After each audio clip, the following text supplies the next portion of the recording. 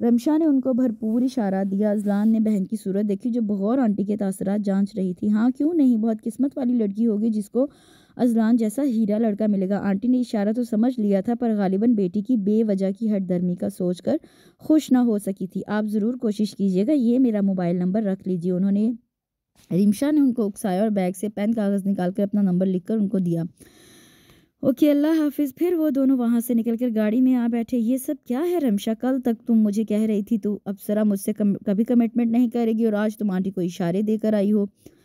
Azlan نے کار reverse کرتے بہن سے شکوہ کیا۔ میں نے آنٹی کی نظروں میں تمہارے لیے بہت پسندیدگی دیکھی بھائی، تو سوچا ٹرائی کرنے میں کیا حرج ہے، کیا پتہ ماں کا اصرار اسے مجبور کر دے اور تمہاری زندگی کی سب سے بڑی خوشی تمہیں مل جائے۔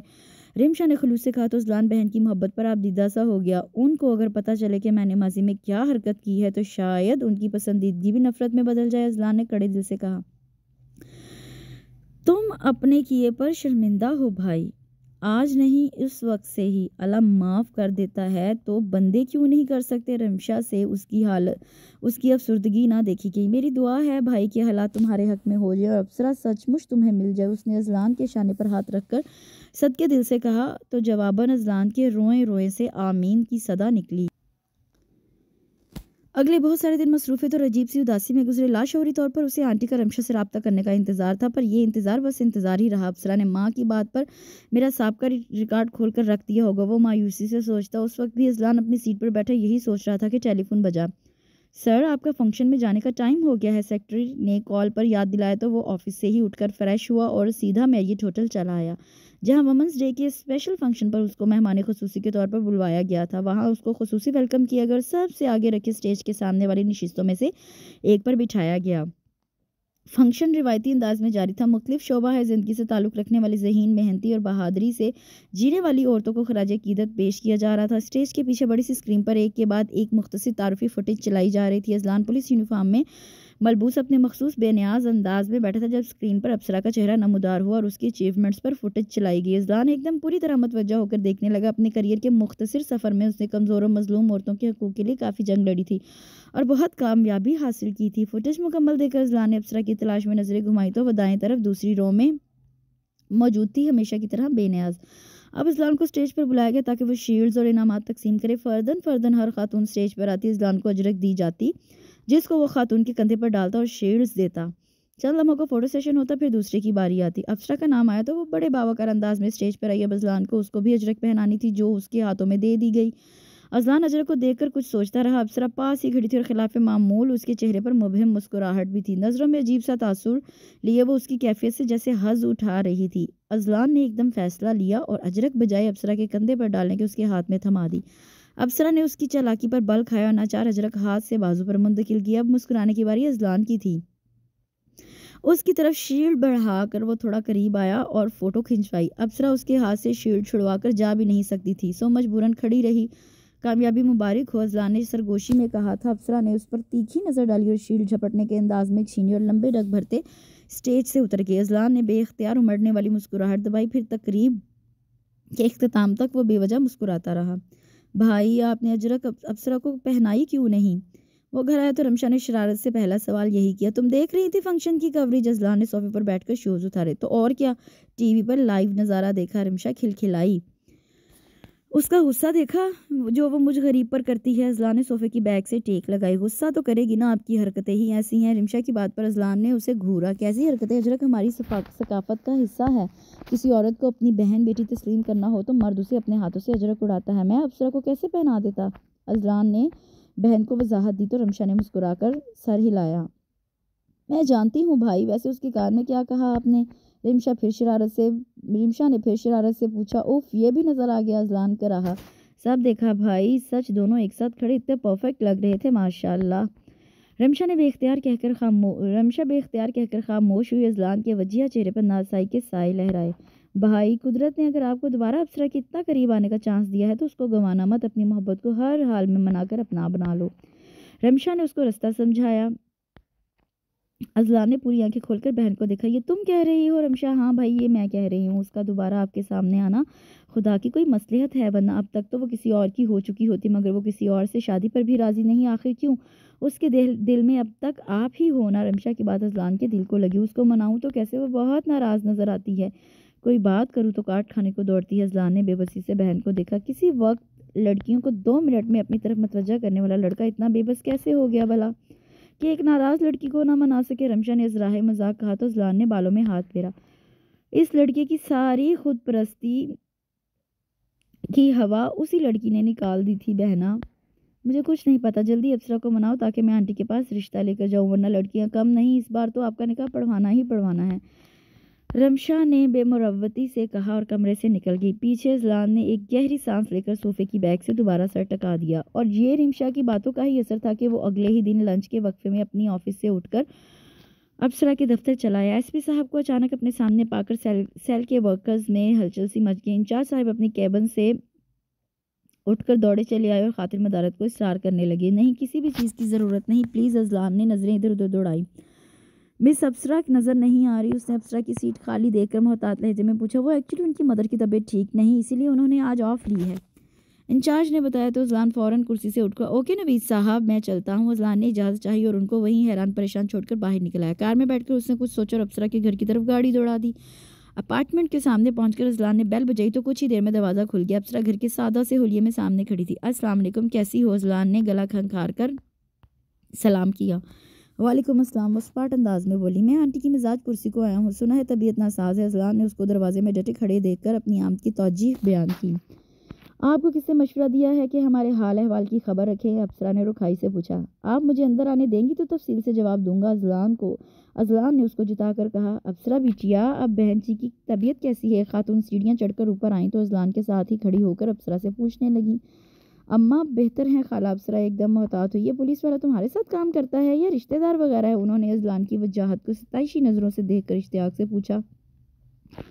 آپ اندر آ جائیے، ابصرہ نے خالہ کا سوال نظر انداز کر کے اذلان کو رستہ دیا۔ خالہ پھر بات ہوتی ہے آپ سے، اللہ حافظ، ابصرہ نے کہہ کر دروازہ بند کر دیا تو خالہ بڑبڑاتے ہوئے آگے چل دی۔ اذلان جب تک ایک بیڈ روم کے کھلے دروازے سے ابصرہ کی امی کو بیڈ پر بیٹھا ہوا دیکھ کر ادھر ہی چلا آیا، سلام کر کے ان کی خیریت معلوم کی۔ بس فکروں نے آدھا نچوڑ لیا ہے، پھر ہائی بلڈ پریشر اور شوگر بھی جان کو چمٹ گئے ہیں۔ وہ پھیکا سا مسکرائیں۔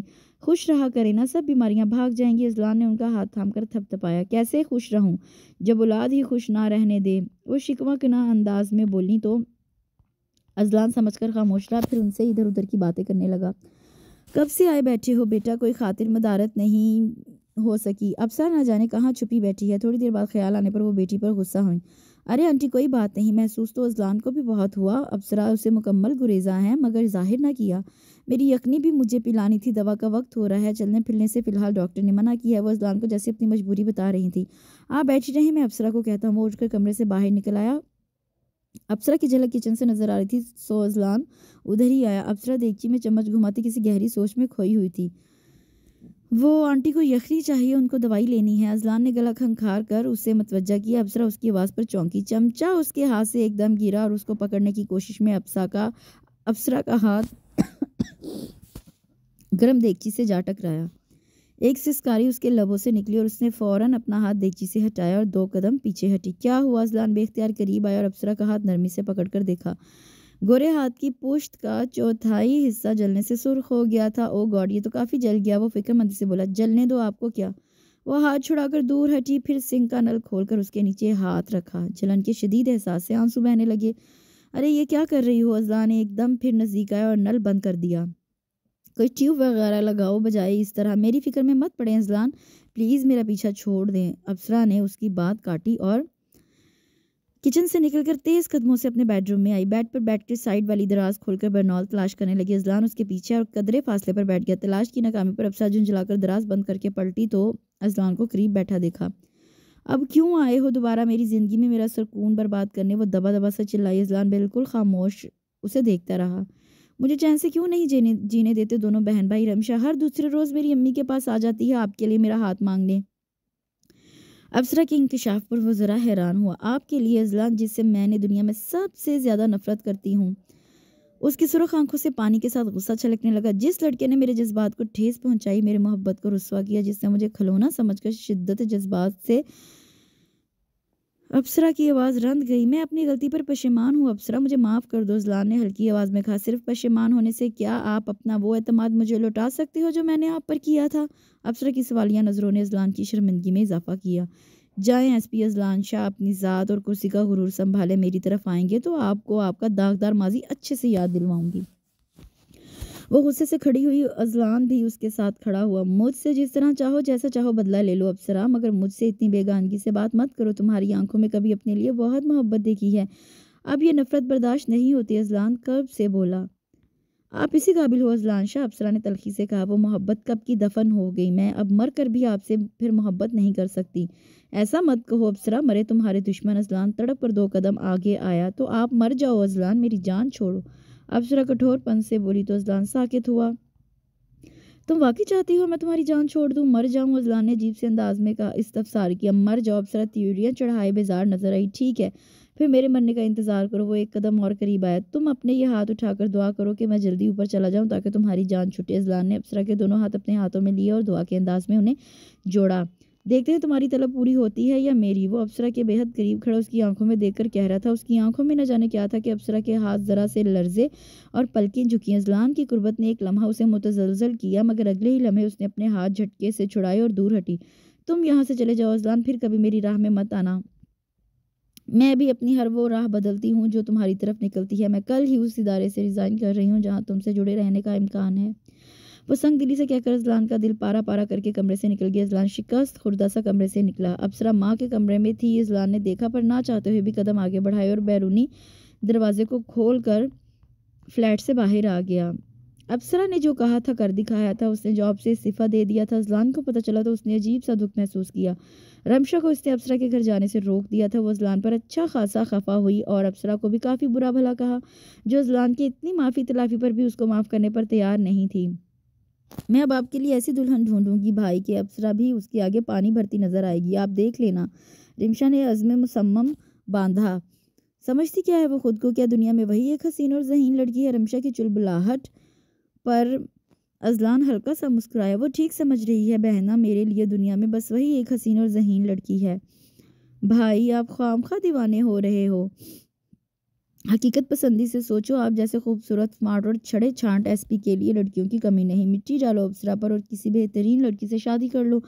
رمشا کی بات پر اذلان نے اسے گھورا۔ مٹی ڈلے اس کے دشمنوں پر جو اس کے بقول میں خود ہوں، وہ دھیما سا کہہ کر پھر مسکرایا۔ رمشا نے کان لگایا پر کچھ پلے نہ پڑا۔ لگتا ہے آپ کے دماغ شریف سے عقل ہی نکل گئی ہے، وہ بدمزہ ہو کر بولی۔ تم اب واپس امریکہ جاؤ بلی، حسیب دن میں 10 کالز کرتا ہے، وہ تمہیں اور بچیوں کو بہت مس کر رہا ہے، اذلان نے سنجیدگی سے کہا۔ تو رمشا نے منہ پھلا لیا۔ یعنی اس بار بھی میرا آنا یوں ہی ضائع گیا؟ آپ نے شادی نہیں کرنی؟ نہیں شادی تو کرنی ہے۔ اذلان کی بات پر وہ اچھلی۔ واؤ، پھر ڈھونڈوں لڑکی کھوئی کب ہے؟ تم ڈھونڈو گی جو تم ڈھونڈو گی، اذلان نے مسکرا کر کہا۔ تو رمشا نے خفگی سے اسے دیکھا۔ میں واپس امریکہ جاتی ہوں۔ وہ نخریلی لڑکی جب ہاں کر لے تو نکاح پڑھوا کر مجھے خوشخبری سنا دینا۔ وہ جل کر بولی۔ انشاءاللہ سب سے پہلے تمہیں خوشخبری سناؤں گا۔ اذلان اطمینان سے بولا۔ بھائی اتنا کچھ ہو جانے کے بعد بھی آپ اتنے شیور ہو؟ رمشا نے چنبے سے پوچھا۔ ہاں رمشا، کیونکہ وہ بظاہر جتنا بھی مجھ سے نفرت جتا لے، اس کی آنکھوں میں نے اپنی محبت دیکھ لی ہے اور مجھے اپنے اللہ سے پوری امید ہے کہ میری محبت کی شدت رائگاں نہیں جانے دے گا۔ اپسرا ایک دن میری ہی بنے گی، اذلان نے ایک جذب سے کہا۔ تو رمشا خاموش سی ہو گئی۔ وقت اپنی رفتار سے گزرنے لگا۔ اذلان اپنی ملازمت میں پہلے سے زیادہ مصروف ہو گیا تھا۔ رمشا واپس جا چکی تھی، اس لیے وہ دن میں گھڑی بھر بھی گھر نہیں جاتا تھا، بس رات کو آرام کرنے آتا اور صبح سویرے دفتر چلا جاتا۔ اذلان کو تنہا گھر اب وحشت میں مبتلا کر دیتا تھا۔ اس گھر میں کسی نسوانی وجود کا بسنا شاید نصیب نہیں تھا۔ وہ اکثر اداسی سے سوچتا، اپسرا اپنی جاب چھوڑ چکی تھی، اس کے گھر اذلان نے جانا چھوڑ دیا تھا، مگر وہ ایک انجانی امید کے سہارے مطمئن تھا کہ اپسرا اس کو دل میں بسائی ہوئی تھی، اس لیے کسی اور کے ساتھ گھر نہیں بسا رہی تھی، اور اسی اطمینان کو لے کر وہ زندگی گزار رہا تھا، اس کے متعلق مکمل جانکاری رکھ رہا تھا۔ اپسرا جاب چھوڑنے کے بعد بھی اپنی فیلڈ میں ویسے ہی سرگرم تھی۔ وہ ویمن سوشل ایکٹیوسٹ کے طور پر ایک اور ادارہ جوائن کر چکی تھی۔ اس نے مظلوم اور بے بس عورتوں کی داد رسی کرنا نہیں چھوڑی تھی۔ اذلان اس کے سوشل اکاؤنٹس فالو کر رہا تھا۔ وہ عورتوں کے ساتھ ڈھائے گئے مظالم پر ان مظلوم عورتوں کو لے کر ظالموں کے آگے ڈٹ کر کھڑی تھی۔ وہ ایک عمدہ اور قابل تقلید کام کر رہی تھی، مگر یہ راستہ جس پر وہ چل رہی تھی بڑا کٹھن تھا۔ ایک جوان لڑکی کا جوان مردی سے، معاشرے کے مگر مچھوں سے جھگڑا مول لینا آسان نہیں تھا، اسے قدم قدم پر خطرہ تھا۔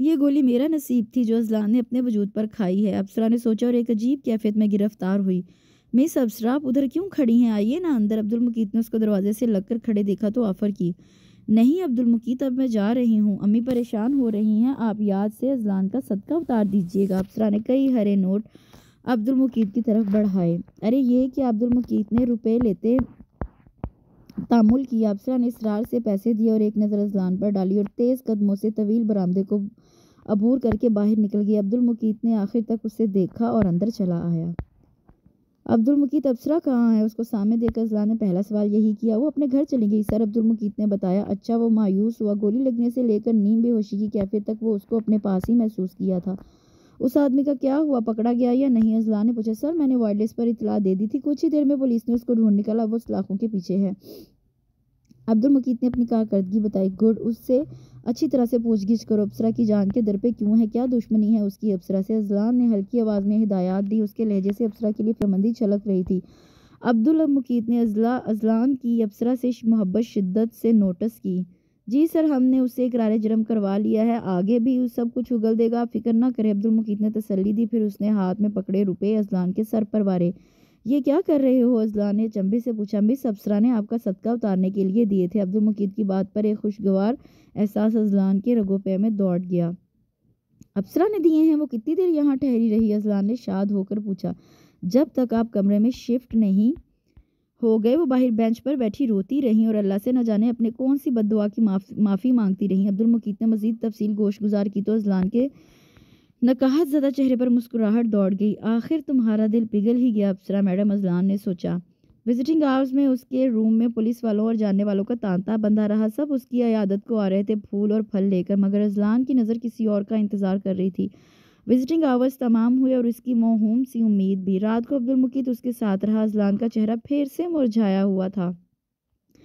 سر، آپ کو تکلیف محسوس ہو رہی ہے کہ عبدالمقیت کے سوال پر اذلان نے نفی میں سر ہلایا۔ بس انتظار کی کوفت نے دل خراب کر دیا ہے عبدالمقیت، اذلان نے چھت کے پنکھے کو توجہ سے دیکھتے کہا۔ کس کا انتظار سر؟ عبدالمقیت کے سوال پر اذلان نے نظریں اس پر ٹکا دی۔ ہے کوئی دل کے قریب ہستی، اسی کا۔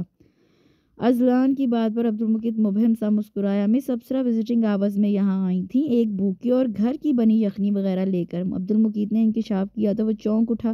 پھر اندر کیوں نہیں آئی؟ اذلان نے بے تابی سے پوچھا۔ آپ کے روم میں عیادت کرنے والے اور لوگ موجود تھے، مس ابصرہ نے مجھے اپنی لائی چیزیں دی اور آپ کی خیریت کی تسلی کر کے واپس چلی گئیں، عبدالمقیت نے بتایا۔ اوہ، مجھے وہ بوکے دکھاؤ جو وہ میرے لیے لائی تھی، اذلان نے فرمائش کی تو مقیت نے ٹیبل پر پڑے رنگ برنگے پھولوں کے ڈھیر سے ابصرہ کا دیا بوکے نکالا اور اذلان کو دیا۔ اذلان نے اس بوکے کو محبت سے ہاتھ میں لی اور سفید خوبصورت گلابوں کی خوشبو سانسوں میں اتاری۔ مجھے کل صبح ہی ڈسچارج ہونا ہے عبدالمقیت، اور گھر شفٹ ہونے کے بعد مجھے کوئی ڈسٹرب نہ کرے، میں کچھ دن مکمل آرام کرنا چاہتا ہوں۔ اذلان نے پھولوں کو نرمی سے چھوتے عبدالمقیت سے کہا تو عبدالمقیت اس فیصلے کے پس پردہ بات سمجھ کر مسکرایا۔ صبح سے سپہر ڈھلی اور شام ہوئی مگر ابصرہ نہیں آئی۔ وہ چڑ گیا، بات بے بعد اٹینڈنٹ اور نوکروں سے الجھنے لگا۔ شام کو ہلکے پھلکے سنیک سے بھری ٹرے واپس بھجوا دی۔ سر، دروازہ بجا کر ایک ملازم اندر آیا۔ مجھے کچھ نہیں کھانا راول، اذلان نے اس کو کچھ لاتے دیکھ کر غصے سے کہا۔ سر، یہ آپ کے لیے مس ابصرہ نے بھیجا ہے۔ ملازم ڈرتے ڈرتے ایک بوکے لے کر قریب آیا۔ اذلان کے چہرے کے زاویے درست ہوئے۔ وہ خود کیوں نہیں آئی؟ اذلان کے استفسار پر ملازم نے سر نفی میں ہلایا۔ سوری سر، آپ نے چونکہ مس ابصرہ کو عیادت پر اندر آنے کی اجازت گیٹ پر دی ہوئی ہے تو ان کی طرف سے بھیجا گیا بوکے میں لے آیا۔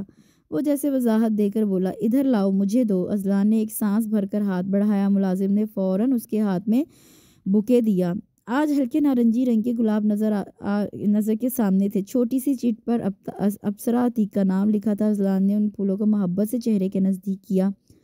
کیا چیز ہو تم ابصرہ میڈم، مجھے سزا اور جزا کے درمیان لٹکائے رکھنا چاہتی ہو؟ اپنے دل کو اتنے قفل لگا کر بند رکھا ہے کہ اس کی کیفیت کا صحیح اندازہ میں نہیں لگا پاتا۔ اس نے بوکے اپنے سرہانے رکھا اور آنکھیں موند لی۔ پھر اگلے کئی دن وہ بستر پر ابصرہ کی طرف سے بھیجے گئے گلاب وصول کرتا رہا۔ لگتا تھا گلاب کے سب رنگوں اقسام بھجوانے کا اس نے تہیہ کر رکھا تھا۔ تر و تازہ کھلتے گلاب اذلان کا مزاج خوشگوار کر دیتے۔ وہ ان کی مسحور کن مہک اپنے اندر اتارتا، ان کی پتیوں کو نرمی سے چھو کر ان پر ابصرہ کا لمس محسوس کرتا اور مسرور ہوتا۔ ابصرہ، ذرا آ کر دیکھو تو میری قناعت پسندی، تمہاری چھوئی ہوئی چیز کو چھو کر بھی خوش ہوتا ہوں۔ وہ ابصرہ کو غائبانہ مخاطب کر کے کہتا، لاشعوری طور پر اذلان کو ابصرہ کی طرف سے سرخ گلابوں کا انتظار تھا جو اب تک نہ آئے تھے۔ کچھ دن ریسٹ کے بعد اذلان واپس اپنی سیٹ پر آ گیا تھا۔ اس کی غیر موجودگی میں رہ گیا سارا کام، اہم کیسز، اہم معاملات اس کے منتظر تھے۔ وہ پوری طرح اپنی ڈیوٹی میں جت گیا۔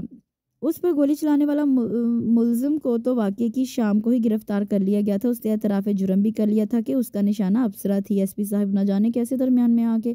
بہرحال اب وہ ملزم جیل میں تھا اور مزید پوچھ گچھ کے لیے جسمانی ریمانڈ لیا جا رہا تھا۔ ابصرہ کو بھی چند بار تفتیش کے لیے بلایا گیا تھا۔ اس کے لیے خطرے بھی کم نہیں ہوئے تھے۔ سوشل میڈیا پر ایک وائرل ویڈیو اذلان کی نظر سے گزری جس میں ایک شخص ابصرہ کے خلاف زہر اگل رہا تھا اور اس پر اٹیک کرنے کی کھلم کھلا دھمکیاں دے رہا تھا۔ ابصرہ نے اس کی بیوی کو، جس سے وہ زبردستی اپنے دوستوں کے ساتھ تعلق رکھنے پر مجبور کرتا، اس سے نجات دلوائی تھی۔ یہ شخص بظاہر معاشرے کا معزز اور متمول فرد مانا جاتا تھا۔ اس کا نقلی نقاب اس کے چہرے سے کھینچا گیا تو وہ تڑپ اٹھا اور اب چوٹ کھائے ناک کی طرح نظر آ رہا تھا۔ اذلان یہ ویڈیو دیکھ کر فکر مند سا ہو گیا۔ اس نے کورٹ کے واقعے کے بعد سے ابصرہ کے لیے سیکیورٹی فراہم کروائی تھی۔